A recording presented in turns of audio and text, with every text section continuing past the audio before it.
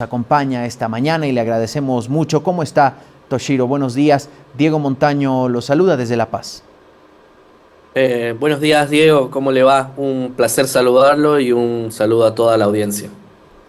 A usted las gracias por atender nuestro requerimiento para hablar de esto que sin lugar a dudas es importante. Las señales que está dando el nuevo gobierno que asumirá pasado mañana, pero que, por ejemplo, ya deja ver que su relación con Estados Unidos es algo importante y es en lo que va a trabajar. Esto a priori es conveniente hasta cierto punto. ¿Cuál es su mirada, Toshiro? Bueno, yo creo que usted bien lo mencionaba al inicio, el mundo está cambiando, ¿no? O sea, es un mundo cambiante actualmente y en términos técnicos, digamos, de relaciones internacionales, lo que especialmente está cambiando es el orden internacional. O sea, aquellas reglas de juego que se instauraron en 1945, después de la Segunda Guerra Mundial, que es ese orden liberal institucional muy estructurado a partir del sistema de Naciones Unidas, es aquello que está cambiando y está de cierto modo debilitado porque no responde a la realidad de los desafíos actuales del mundo. Solo el ejemplo de la cantidad de conflictos internacionales que tenemos hoy, que el sistema de Naciones Unidas no está pudiendo darles una resolución. Entonces, Bolivia se encuentra hoy con ese mundo, este nuevo gobierno, después de 20 años de una política exterior a cargo del gobierno del Movimiento al Socialismo y que hoy parece mostrar ciertos cambios. Yo creo que particularmente tenemos que centrarnos en la zona geográfica y estratégica del centro oeste sudamericano, que es una alternativa, por ejemplo, al Canal de Panamá y que va a ser una zona probablemente en disputa entre Estados Unidos, China y probablemente Rusia. Entonces, en ese marco, Bolivia necesitará una política exterior un poco más pragmática en el sentido de que son un par de potencias, una tradicional que es Estados Unidos y la otra emergente que es China, que están interesados en esta zona y Bolivia territorialmente es especialmente estratégica. En ese sentido, Bolivia tendrá que mantener relaciones cordiales con ambos, incluso con Rusia. ¿Cómo hacer esto sin que tenga consecuencias para los intereses del país? Pues se necesitará un manejo y estrategia política, también un servicio exterior que esté a la altura y un cuerpo diplomático que acompañe a los desafíos de esta situación. Pues los desafíos del siglo XXI para Bolivia, y especialmente en la situación que nos encontramos, requieren que haya un tipo de gestión de muy alto nivel y de mucha cualidad.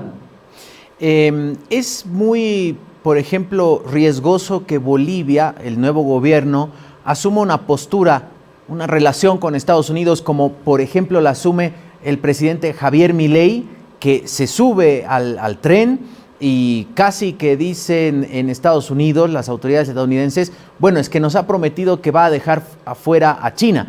Esta es realmente una mala apuesta, diríamos, en términos geopolíticos para un país. Lo que pasa es que son distintos, ¿no? Argentina tiene otras cualidades y otras, digamos, ventajas sobre nosotros en relación del manejo de su política exterior. Nosotros nos estamos este nuevo gobierno va a enfrentarse a una política internacional con un servicio exterior bastante, digámoslo, debilitado, ¿no? Recordemos que en su momento el ex canciller Maita despidió a gran parte del cuerpo diplomático que se ha formado. Y eso que decir un cuerpo diplomático institucionalizado no lo era del todo, ¿no? Porque Bolivia no tiene un cuerpo diplomático y un servicio exterior institucionalizado en el sentido específico, ¿no? Del concepto. Entonces, Eso, por ejemplo, en Argentina es distinto, ¿no? Y salvando otras cualidades. En cambio, en el caso de Bolivia, yo creo que el actual gobierno sí va a tener un acercamiento con el de Estados Unidos, muy pragmático en el sentido de la cantidad de créditos que necesita y que puede facilitar Estados Unidos, mediar por esos créditos y favorecer a Bolivia, que los va a necesitar en esta nueva gestión, pero no podrá dejar de lado a China, porque China finalmente es la potencia emergente, es un mercado emergente, es uno de los, es uno o el principal actor del Asia-Pacífico, con que Bolivia tiene unas cordiales relaciones de amistad pacíficas, pero también comerciales, ¿no? Buena parte de nuestra producción tiene destino China. Entonces Bolivia no puede perder eso. O sea, como lo mencionaba, el juego y la estrategia política que deberá asumir este nuevo gobierno implica que se relacione con potencias tradicionales y con potencias emergentes. O sea, tendrá que mantener relaciones cordiales con Estados Unidos, pero al mismo tiempo con los BRICS, ¿no? O sea, probablemente ideológicamente suena contradictorio, pero pragmáticamente tiene que ser coherente. Fue una buena señal, por ejemplo, que mientras el presidente electo Rodrigo Paz estaba en Estados Unidos, acá el vicepresidente electo estaba reunido casi al mismo tiempo con el embajador de China. Es una señal, ahí estamos viendo la fotografía de Edman Lara y el embajador de la República Popular de China. Es una señal de vamos a trabajar juntos en esta nueva etapa. Sí, sí, yo creo que han sido buenas señales. Bueno, de hecho también el presidente electo estuvo también, si no estoy mal, con el embajador en algún momento, con el embajador de China, y son buenas señales porque Bolivia necesita de ambos, como lo mencionaba. O sea, la profunda crisis económica que está atravesando el país necesita del campo internacional para soportar y salir de esta crisis económica. No hay que olvidar que, como lo mencionaba, nosotros somos parte de esta zona estratégica que es el centro oeste sudamericano y los corredores bioceánicos, sobre todo el corredor bioceánico central, pasa por Bolivia, o al menos estaba planificado así, pero hemos visto que los otros países, nuestros países vecinos, por determinados elementos que hacen al contexto social y político boliviano, han decidido priorizar corredores bioceánicos que no incluyen al territorio nuestro. Eso es altamente preocupante. Y el servicio y la estrategia diplomática y política que tiene que emprender Bolivia implica que nos acerquemos tanto a nuestro primer círculo de prioridad de política exterior, que son nuestros vecinos, y también a las potencias tradicionales y emergentes, ¿no? Entonces es una buena señal que este nuevo gobierno se muestre abierto a tanto a las potencias tradicionales como a las emergentes, ¿no?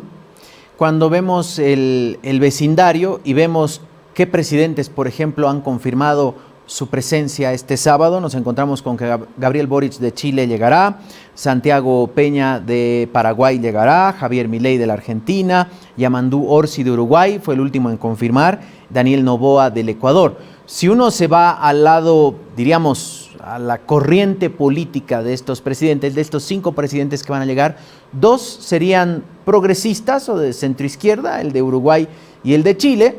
Chile que tendrá elecciones exactamente en 10 días, donde aparentemente ganará la primera vuelta el oficialismo, pero en la segunda vuelta todo se le complica mucho más, por lo tanto se calcula que será un gobierno de derecha. Bueno, Yamandú Orsi, que recién ganó las elecciones en Uruguay, pero de ahí son gobiernos de derecha. En el caso de Milei lo posicionan en la extrema derecha, muy alineados, diríamos, a los intereses estadounidenses. En ese sentido, el que no esté Lula quiere decir algo, mande a su vicepresidente. ¿Es como cierta tensión o no necesariamente, Toshiro? No necesariamente, ¿no? Porque finalmente Brasil sabemos que es el coloso sudamericano y la principal potencia latinoamericana. Sin embargo, el rol de liderazgo político brasilero no se ha ejercido como se esperaba, al igual que en los dos primeros gobiernos de Lula, ¿no? Que fue muy activo, que impulsó la creación de UNASUR, de la CELAC. En este periodo de Lula se ha visto ese liderazgo demasiado eh, este, poco propositivo, diríamos, para Latinoamérica, ¿no? Brasil ha mostrado cierta prioridad hacia los BRICS y ha priorizado también sus asuntos internos. Entonces, yo no lo veo como una mala señal de que no venga Lula, ¿no? Porque también Brasil está pasando por ciertos momentos que requieren la presencia de su presidente. Eh, Sin embargo, Brasil siempre será un vecino estratégico para Bolivia, como lo son los otros cuatro, con los cuales las agendas bilaterales tienen que retomarse, reactivarse y tener una conducción de extrema prioridad, porque no hay que olvidar que nuestro país también depende a su salida del mundo por el territorio de estos vecinos, ¿no? Y hay ciertas cualidades de mercado que también hacen a la agenda bilateral con nuestros 5 vecinos. Así que es que no esté Lula, no creo que sea una mala señal, pero sí es muy positivo que estén también los otros, independientemente del color ideológico al que representan, ¿no? Bueno, sí estará el vicepresidente Gerardo Alckmin. Justo tal vez esa es la explicación más lógica. En este momento se está desarrollando la COP30 y Brasil es el país anfitrión. Por lo tanto, Lula es el anfitrión y difícilmente podría calcularse que esté aquí. El tema BRICS es un tema que, por ejemplo, en otros países lo han sobrecargado ideológicamente. En la Argentina, de hecho, cuando asume Javier Milei, la primera decisión que toma es salirse de los BRICS. ¿Por qué es tan importante hablar de los BRICS, además del tamaño de la población que representa, el PIB, geopolíticamente? ¿Es conveniente que nosotros en ese grupo de países que nos hemos adherido a los BRICS sigamos por este camino y abrir por ahí nuevos mercados? Yo creo que el nuevo gobierno no tendría que llegar al extremo de Milei de retirar a los BRICS, ¿no? A Bolivia, de los BRICS, perdón. Porque finalmente, digamos que es un avance de la política exterior boliviana el haber concretado este paso hacia los BRICS. Significan en la actual política internacional mucho los BRICS. Uno de los principales grupos informales u organismos informales que se le conoce, que de cierto modo representa una alternativa al G7, ¿no? O sea, son estos grupos informales que tienen decisiones con bastante incidencia en la política internacional.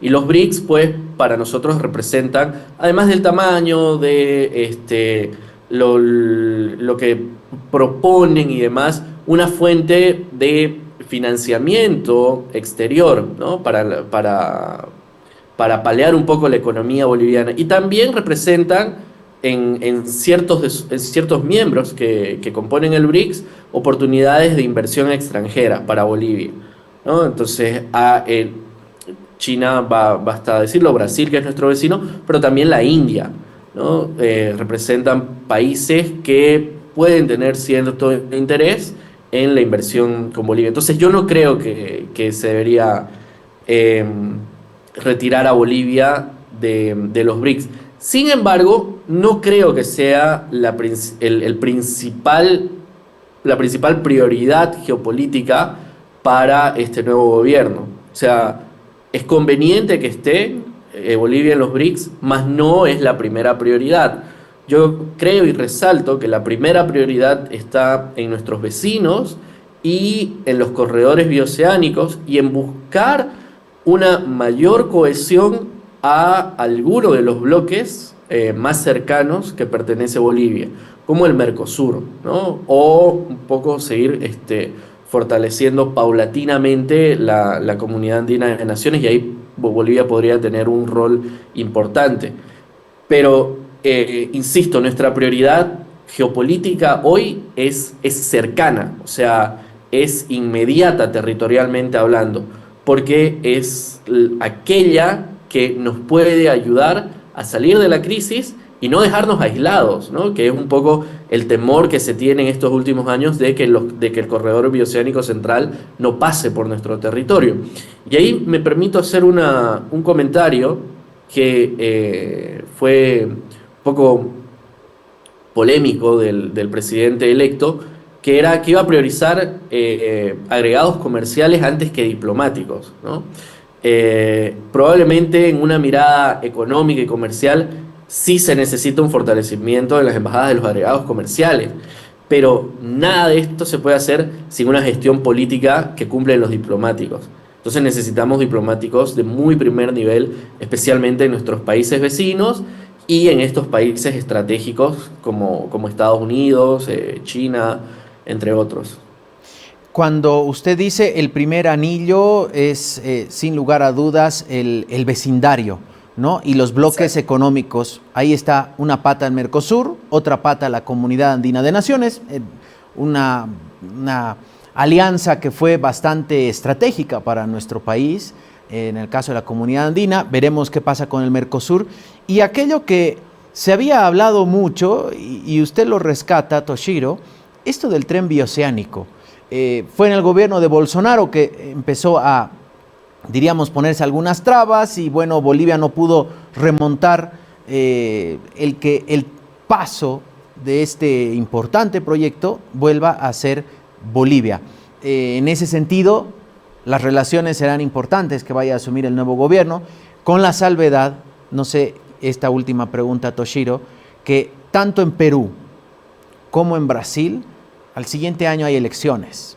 ¿Esto puede llegar a afectar? ¿Cuál debería ser la postura de Bolivia para que no esté ni muy cerca para quemarse, ni muy lejos para enfriarse del proyecto? No, la postura de Bolivia hoy tiene que ser muy, muy pragmática, y de una defensa acérrima de los intereses nacionales, ¿no? Hemos vuelto de cierto modo a una postura, yo diría incluso hiperrealista en términos de teoría de las relaciones internacionales, porque lo que hay en juego son los intereses del Estado boliviano. El Estado boliviano hoy no puede quedarse aislado del mundo, no puede quedarse aislado de su propio vecindario, considerando además que cumple un rol territorial tremendamente estratégico.